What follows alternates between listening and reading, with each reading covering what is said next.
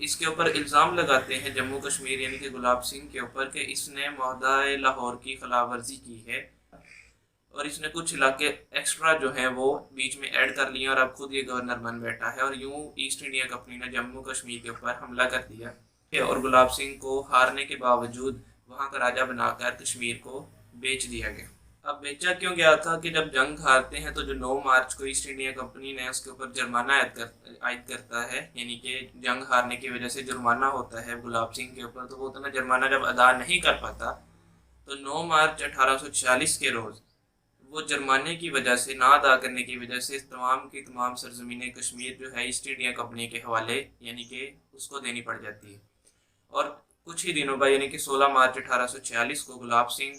اور 2 ارکان East India company کے اندر، جن میں بریور میجر جو تھے مونٹگمری لارنس اور ہنری کیوبر شامل تھے، ان کے درمیان معاہدہ ہوا اور 75 لاکھ روپے کے اندر گلاب سنگھ نے ادا کی، اور یوں گلاب سنگھ کو راجہ بنا دیا گیا اور کشمیر کو بیچ دیا گیا۔ اس معاہدے کی روح سے کشمیر کا جو علاقہ تھا وہ دریائے سندھ کے مشرق سے لے کر دریائے راوی جو تھا اس کے مغرب کے جتنے بھی علاقے بشمول چمب کا علاقہ بھی بیچ میں آتا تھا، لیکن اس کے اندر لاہور کا ایک علاقہ تھا جو کہ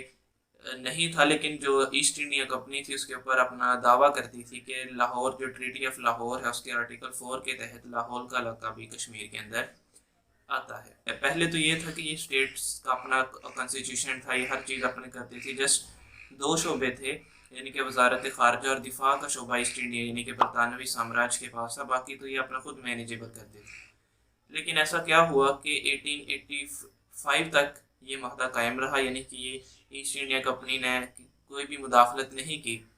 لیکن 1889 میں تھوڑے سے معاملات خراب ہوتے ہیں، یعنی کہ حالات سنگین ہوتے ہیں، جیسا کہ مہاراجہ پرتاپ کے دور میں ہوئے، تو 1889 سے لے کر 1905 تک برطانوی سامراج نے اپنے اس آپ کہنے کے لیگسی کو توڑ کے تو انڈین سٹیٹس جو تھی دیسی ریاستیں آپ کے لیں، اور اس میں سب سے پہلے کشمیر آتا تھا جو سب سے بڑی ریاست تھی، اس کے اندر انٹرفیئر کیا اور مہاراجہ پرتاپ کو 1889 سے لے کر 1905 تک اقتدار سے دور بٹھا دیا۔ گلاب سنگھ کو کشمیر بیچنے کے ساتھ جو ہے وہ انگریزوں نے صرف دفاع اور وزارت خارجہ جو تھی وہ اپنے کنٹرول میں رکھی، باقی کانسٹیٹیوشن اور دوسرے تمام معاملات جو تھے وہ ان کے سپرد ہی رہنے دی، یعنی کہ دیسی ریاستیں اس میں خود مختار ہوں گی، اور برطانیہ کا کوئی بھی ریزیڈنٹ 1885 تک کشمیر کے اندر یا کسی بھی دیسی ریاست کے اندر موجود نہیں تھا۔ لیکن کشمیر کیا ہوتا ہے، کشمیر جو کہ ایک بفر سٹیٹ ہے، اور برطانیہ نے کیا کیا کہ بہانہ بنایا 1899 کے اندر کہ حالات سنگین ہو گئے ہیں، تو انہوں نے مہاراجہ پرتاپ کو 1899 سے لے کر 1905 تک اقتدار سے بالکل دور کر دیا۔ اس کی جو پیچھے وجہ ہے، بیسک وجہ جو ملتی ہے وہ یہ ہے کہ اس ٹائم پہ روس اور افغانستان کے ڈر کی وجہ سے کشمیر کے اندر برطانیہ نے اپنا جو ہے اثر و رسوخ بڑھایا تھا تاکہ ہم اس کا مقابلہ کر سکیں۔ اب روس اور افغانستان برطانیہ کے لیے یعنی کیسے خطرناک تھے وہ آپ کو انشاءاللہ اگلی ویڈیو میں بتا دیا جائے گا۔ 1935 کے اندر گورنمنٹ انڈیا ایکٹ جو انڈین ایکٹ بھی جسے کہا جاتا ہے وہ پاس ہوا، اس کے اندر یہ تھا کہ کوئی بھی بننے والا ملک جو یعنی کہ ہندوستان وہ دیسی ریاستوں پر سبقت نہیں لے سکے گا۔ 1946 میں جو کیبنٹ مشن آیا تھا اس کے اندر جو کیبنٹ مشن کا جو ایک میمورنڈم جو لکھا گیا تھا اس کے اندر یہ تھا کہ دیسی ریاستوں نے کو جو حقوق ملے ہیں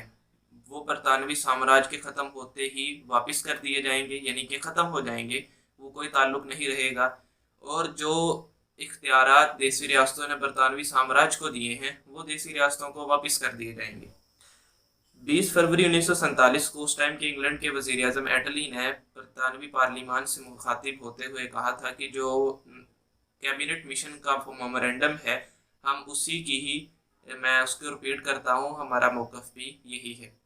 3 جون 1947 کا جو منصوبہ تھا جسے پارٹیشن پلان کہتے ہیں اس کے اندر بھی اسی میمورنڈم کو ایز اٹ از جو ہے وہ کنکلیوڈ کیا گیا، اور اس کے بعد 10 جولائی 1947 کو برطانوی پارلیمان کے ایوان بالا سے خطاب کرتے ہوئے ایٹلی نے پھر سے دوبارہ اس میمورنڈم کو رپیٹ کیا اور اس کی یقین دہانی کرائی کہ ہمارا موقف یہی ہے اور یہی رہے گا۔ 16 جولائی 1947 کو ہندوستان اور برما کے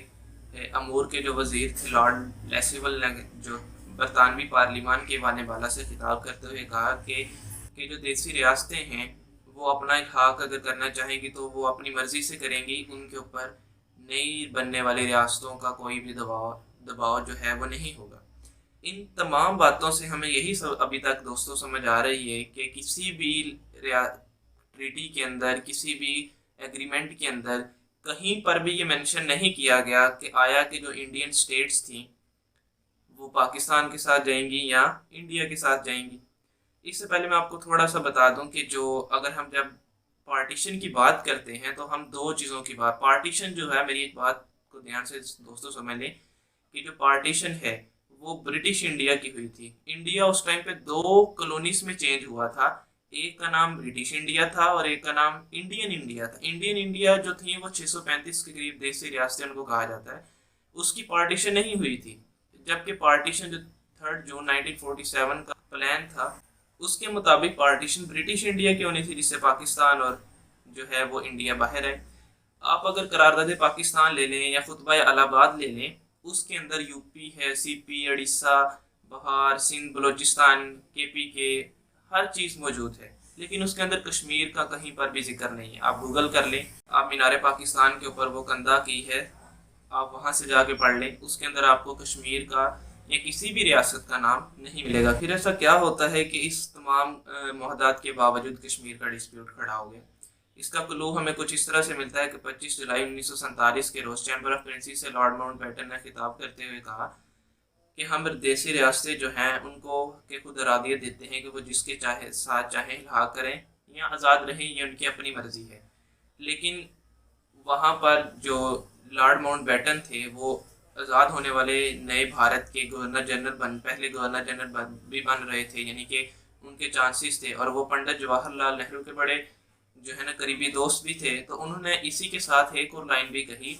کہ تمام دیسی ریاستیں جو سمجھدار ریاستیں ہیں وہ ہمیشہ بھارت جیسے اچھے ملک کے ساتھ الحاق لازمی کریں گی۔ ہاں، پیچھے جتنے بھی معاہدات ہوئے ہیں ان میں کہیں پہ بھی ایسی بات نہیں کی گئی الحاق کی، لیکن لارڈ ماؤنٹ بیٹن نے یہاں پہ یہ بات اس لیے کہی کہ وہ اندر سے ریاستوں کے اوپر پریشر ڈال رہے تھے کہ آپ پاکستان انڈیا کے ساتھ الحاق لازمی کریں۔ 29 جولائی 1947 کے روز لارڈ لیسول نے وزیر اعظم اٹلی کو لکھا کہ جو لارڈ ماؤنٹ بیٹن ہے یہ دباؤ ڈال رہا ہے، کیونکہ اب وقت بہت کم ہے تو یہ دباؤ ڈال رہا ہے کچھ ریاستوں کے اوپر کہ وہ الحاق لازمی کرے، جو کہ ہمارے پارلیمان میں کیے گئے جو معاہدہ ہے اس کی خلاف ورزی ہے۔ اب 12 جولائی 1947 کے روز لیسول نے ایک ٹیلی گرام ملتا ہے جس کے اندر لارڈ ماؤنٹ بیٹن نے لکھا تھا کہ جو ریاستیں الحاق نہیں کر رہی بھارت کے ساتھ ان پر گفتگو کرنا ابھی جو ہے پارلیمان کے اندر ان پر گفتگو کرنا وہ قبل از وقت ہوگا، اور اس کے منفی اثرات ہوں گے ہمارے ان مذاکرات کے اوپر جو ابھی تک ہمارے جاری ہیں، یعنی کہ مسلم لیگ اور کانگریس کے ساتھ کے علاقوں کی تشکیل کے ساتھ۔ اس کے پیچھے جو وجہ بتائی جاتی ہے وہ یہ ہے کہ اس ٹائم جب کچھ ریاستیں جو تھی چھوٹی موٹی تھی وہ کچھ پاکستان کے ساتھ مل رہی تھیں اور کچھ بھارت کے ساتھ مل رہی تھیں، لیکن جو بڑی ریاستیں تھیں کشمیر، دکن، حیدرآباد دکن اور جونا گڑھ کی جو 3 ریاستیں جو بڑی ریاستیں طاقتور تھیں، ان میں 2 حیدرآباد دکن اور جونا گڑھ،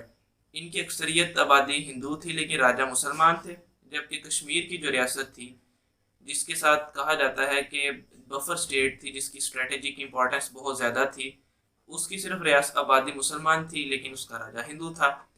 اور یہ 3 ریاستیں جو تھی ابھی تک انہوں نے کوئی فیصلہ نہیں کیا تھا کہ ہم کسی کے ساتھ الحاق کریں یا نہ کریں۔ تو اصل میں لارڈ ماؤنٹ بیٹن نے اس لیے کہا تھا کہ ان کے اوپر کوئی گفتگو نہ ہو اور ان کے بارے میں تاکہ کوئی بھی کسی بھی قسم کا ایکٹ نہ بنے جو ہمیں بعد میں مشکل پیش آئے، تاکہ ہم یوں ہی آزاد ہو انڈیا ہم ان کے اوپر قبضہ کر لیں۔ پنڈت جواہر لال نہرو نے اپنے ایک دوست لارڈ مینن کو ایک خط دیا اور ایک خط لارڈ ماؤنٹ بیٹن نے انہیں دیا، یعنی کہ وہ 2 خط لے کر 18 جولائی 1947 کے روز انگلینڈ پہنچے، اور وہاں پر وہ انہوں نے واپسی پہ جو خط لکھا اس کے اندر تھا کہ میں نے تم دونوں کے خط جو ہیں وہ لارڈ وزیر اعظم اٹلی کو پیش کیے ہیں، اور انہوں نے مجھے ڈاؤن اسٹریٹ بلایا صبح 10 کے بجے، اور انہوں نے مجھے خط پڑھ کے تو کہا کہ ماؤنٹ بیٹن نے تو سبھی کو اچھا سبق سکھایا ہے، اور ہم نے تقریباً 70 منٹ کشمیر کاز کے اوپر بات کی، اور مجھے ہینڈرسن نے بھی، سر کرپس نے بھی اور لیسول نے بھی اس بات کی یقین دہانی کروائی حکومت ریاستوں کے لیے نئے بننے والے جو ملک ہیں ان کے ٹکڑوں کا خیر مقدم نہیں کرے گی۔ اس بات کا مطلب یہ تھا کہ لارڈ مینن نے پر یہ بات منوا لی تھی کہ جو نئی ریاستیں ہیں ان کو کسی نہ کسی کے ساتھ الحاق لازمی کرنا پڑے. 12 اگست 1947 کو 2 ٹیلی گرام بھیجے، یعنی کہ ایک سے ٹیلی گرام، ایک انڈیا کو بھیجا اور ایک پاکستان یعنی کہ ایک مسلم لیگ کو اور ایک کانگریس کو بھیجا، جس کے اندر یہ تھا کہ ہم اسٹینڈ اینڈ اسٹیل پالیسی اختیار کریں گے، یعنی کہ کسی کے ساتھ بھی الحاق نہیں کریں گے، ہم آزاد رہنا پسند کریں گے. 15 اگست 1947 کو قائد اعظم نے اسٹینڈ اینڈ اسٹیل پالیسی پر سائن کیے اور بھارت جو ہے اس نے مذاکرات جاری رکھے، لیکن اس اسٹینڈ اینڈ اسٹیل پالیسی کے اوپر کبھی بھی دستخط نہیں کیے. اب ایک اور بات ذہن میں رکھیں کہ 1947 یعنی کہ 15 اگست 1947 کے روز بر صغیر کے اندر 2 ملک آزاد نہیں ہوئے تھے، بلکہ تقریباً 3 ملک آزاد ہوئے تھے، یا آپ یہ بھی کہہ سکتے ہیں کہ 5 ملک آزاد ہوئے تھے، جن کے اندر پاکستان، بھارت، کشمیر کی ریاست، حیدرآباد دکن کی ریاست اور جوناگڑھ کی ریاست تھی. حیدرآباد دکن کی ریاست جو ہے وہ انڈیا کے قبضہ کرنے تک 1 یا 2 ماہ تک ایک کمپلیٹ انڈیپینڈنس اسٹیٹ کے طور پہ وہ قائم رہی. اس کا مشتاق احمد جو تھے حیدرآباد دکن کے سب سے پہلے ایمبیسیڈر پاکستان بھی رہے ہیں، وہ اس پورے عرصے کے دوران جب تک جتنی دیر وہ انڈیپینڈنس رہی، اور ان کی ایک کتاب ہے ریاست حیدرآباد کی داستان خون چکا، جس کے اندر انہوں نے بتایا کیسے انڈیا ہمارے اوپر فوج کشی کرتا ہے. دوسری ریاست کی دوسرا مثال ہے جوناگڑھ کی ریاست ہے، جو انہوں نے ابھی اسٹینڈ اینڈ اسٹیل پالیسی اپناتے ہوئے کسی کے ساتھ الحاق نہیں کیا تھا، اور اس کے جو مہاراج تھے اس ٹائم پہ راجا تھے وہ شاہ نواز تھے، یعنی کہ بے نظیر بھٹو کے دادا تھے، لیکن بعد میں اس کے اوپر بھی انڈیا نے قبضہ کر لیا. اور جو کشمیر کا راجا تھا وہ اصل میں اپنی جو آبادی تھی وہ ساری کی ساری مسلمان تھی، 80% کے قریب، اور اس کے اوپر انڈیا نے یعنی کہ فوج کشی کی، یعنی کہ 26 اکتوبر 1947 کے روز. جو ایک کشمیر کی ریاست ہے یہ کوئی چھوٹی ریاست نہیں ہے، یہ اس کا جو رقبہ ہے وہ تقریباً 2,22,236 مربع کلومیٹر کے نزدیک ہے، اور یہ دنیا کے 111 انڈیپینڈنٹ اسٹیٹ سے بڑا ہے، بڑے رقبے کی یہ ریاست ہے. بھارت کشمیر کو لے کے اتنا انٹرسٹڈ کیوں تھا، اس کی ہمیں کچھ مثالیں ملتی ہیں کہ جو نہرو تھا، پنڈت جواہر لال نہرو، جو بھارت کے پہلے وزیر اعظم کے ایک اسٹرانگ جو آپ کہہ لیں کینڈیڈیٹ تھے، ان کا آبائی مسکن کشمیر تھا، یعنی کہ ان کے ساتھ ان کی ایموشنل جو ہے اٹیچمنٹ بہت زیادہ تھی، جس کا لارڈ ماؤنٹ بیٹن کی ایک رپورٹ نمبر 15 کے اندر بہت ڈسکشن کرتے ہیں اس کو، کہ مجھے پتا چلا کہ نہرو نے مجھ سے ملاقات سے پہلے پٹیل سے ملا اور پٹیل نے کشمیر کاز کے متعلق سمجھایا، لیکن جو پنڈت جواہر لال نہرو تھے وہ پھوٹ کے رو پڑے اور کہنے لگے کہ اس وقت میرے لیے کشمیر سے زیادہ اہم کچھ بھی نہیں ہے. اس کے بعد لارڈ ماؤنٹ بیٹن نے کشمیر کا دورہ کیا، اور اس کے بعد انہوں نے اپنے chief of staff lord Hastings کو بھی بھیجا، لیکن دونوں کے ساتھ مہاراجہ ہری سنگھ نے الحاق کی کوئی بھی خاطر خواہ پیش رفت نہیں کی، یعنی کہ وہ دونوں ناکام لوٹ گئے. اور 18 جون 1947 کے روز جو ہے وہ پنڈت جواہر لال نہرو جو تھے وہ کشمیر کے اندر دومل کے مقام پر پنڈت جواہر لال نہرو کو گرفتار کیا گیا، 2 دن ان کو حراست میں رکھا گیا. لیکن 18 جولائی اور 30 جولائی کو پھر سے انہوں نے دورہ کیا، اور پھر انہوں نے ایک کشمیر نوٹ لکھا، یعنی کہ ایک خط لکھا مہاراجہ ہری سنگھ کو، جو ایک خط سے زیادہ حکم نامہ جو ہے وہ دکھائی دیتا. اس کے اندر وہ کیا لکھتے ہیں، وہ کہتے ہیں پنڈت جواہر لال نہرو نے کہا جو کشمیر ہے اس کا الحاق جو ہے وہ کسی بڑی تبدیلی کے بغیر بھی ہو سکتا ہے، اور اگر اس کا الحاق بھارت کے ساتھ ہوتا ہے تو کشمیر یعنی کہ مہاراجہ ہری سنگھ کو پہلے کیا کرنا ہوگا کہ اپنے وزیر اعظم آرسی کاک کو برخاست کر کے شیخ عبداللہ کو رہا کرنا ہوگا، اور اگر کسی بھی طرح سے کشمیر کو پاکستانی پارلیمان کی طرف جھکانے کی کوشش کی گئی تو اس کا انجام بالکل بھی اچھا نہیں ہوگا. یہ ایگزیکٹ ورڈز ہیں جو اس کے اس پورے جو خط کے ہیں. اور بھارت کے ساتھ کشمیر کا الحاق قدرتی اور فطرتی ہے. اس کے بعد جو ہے وہ لارڈ ماؤنٹ بیٹن نے وہ کھلا خط جو میں نے پہلے بتایا کہ لکھا کہ شاید جواہر لال نہرو کو کشمیر جانے کی بہت زیادہ جلدی ہے کیونکہ انہیں ابھی تک اپنی گرفتاری بھولی نہیں ہے. اور اسی طرح 26 اکتوبر 1947 کے روز جو ہے کشمیر کے اوپر بھارت نے اپنے جو ہے نا فوج کشی کرتے ہوئے قبضہ کیا تھا، اور اسی وجہ سے پھر وہاں کے جو مسلمان تھے ان کو نہتہ کیا گیا. یہ بات بڑی مصدقہ طور پہ ثابت ہے کہ 25 اکتوبر کے روز جب مسعود اور افریدی والے جو قبائل تھے انہوں نے حملہ کیا ہے وہاں پر مسلمانوں کی مدد کے لیے، تو گورنر جنرل پاکستان قائد اعظم محمد علی جناح کو اس کا علم بالکل بھی نہیں تھا۔ 26 اکتوبر 1947 کے روز علم ہوا، لیکن اسی دن بھارت نے اپنی فوجیں جو ہیں وہاں پر نافذ کر دی تھی۔ گریٹ برٹن کی لائبریری ہے، اس کے اندر manuscripts and European private papers کے اندر لکھا گیا ہے کہ جو بھارت نے آر ایس ایس گروپس نے مل کر اور ڈوگرا فوج نے مل کر وہاں پہ قتل عام کیا، مسلمانوں کو وہاں سے بے دخل کیا اور ان کی وہاں پر پوزیشن کمزور کرنے کی کوشش کی گئی اور ان کا خوب جو ہے وہ وہاں پر قتل عام کیا گیا۔ اس کے پیچھے جو وجہ ہے وہ یہ ہے کہ 15 اگست 1947 کے روز جب آزاد ہوا تھا تو پورے دلی کے اندر یوم بھارت بنایا گیا تھا، جبکہ پورے جموں و کشمیر کے اندر یوم پاکستان بنایا گیا تھا، اور اس واقعے نے تمام مہاراجاؤں کو جو ہے وہ خوف میں ڈال دیا تھا اور وہ بھاگے بھاگے سری نگر پہنچے۔ ریاست کپورتھلا اور پٹیالہ کے مہاراجاؤں نے خاص طور پر بتایا ڈوگرا فوج کو کہ آپ ایسے اقدام کریں جن سے ان کے حق خود ارادیت کو دبایا جا سکے۔ ایک اور کتاب ایلسٹر لیم کی ہے، یعنی کہ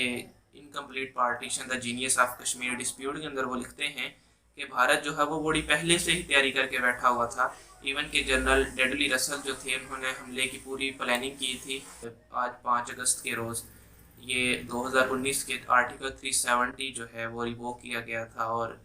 انڈیا نے کشمیر کو ایک جو اس کی خصوصی حیثیت تھی جو اس کو دی گئی تھی کبھی کہ یہ اپنا فیصلہ خود کرے گی، یعنی کہ اس کی صرف ڈیفنس اور فارن منسٹری انڈیا کے پاس رہیں گے، باقی ہر چیز اس کی انڈیپینڈنٹ ہوگی، اس کو ختم کیا گیا تھا۔ کیونکہ 12 اگست 1947 کے روز کسی نے صحافی نے قائد اعظم سے پوچھا کہ what will be the methodology of for these Indian states either they should go for India or Pakistan, تو قائد اعظم نے فرمایا تھا کہ this is the matter of self determination of the people of these Indian states, the option is not limited to Pakistan and India۔ تو ان سب کے باوجود بھی stand and still policy کے باوجود بھی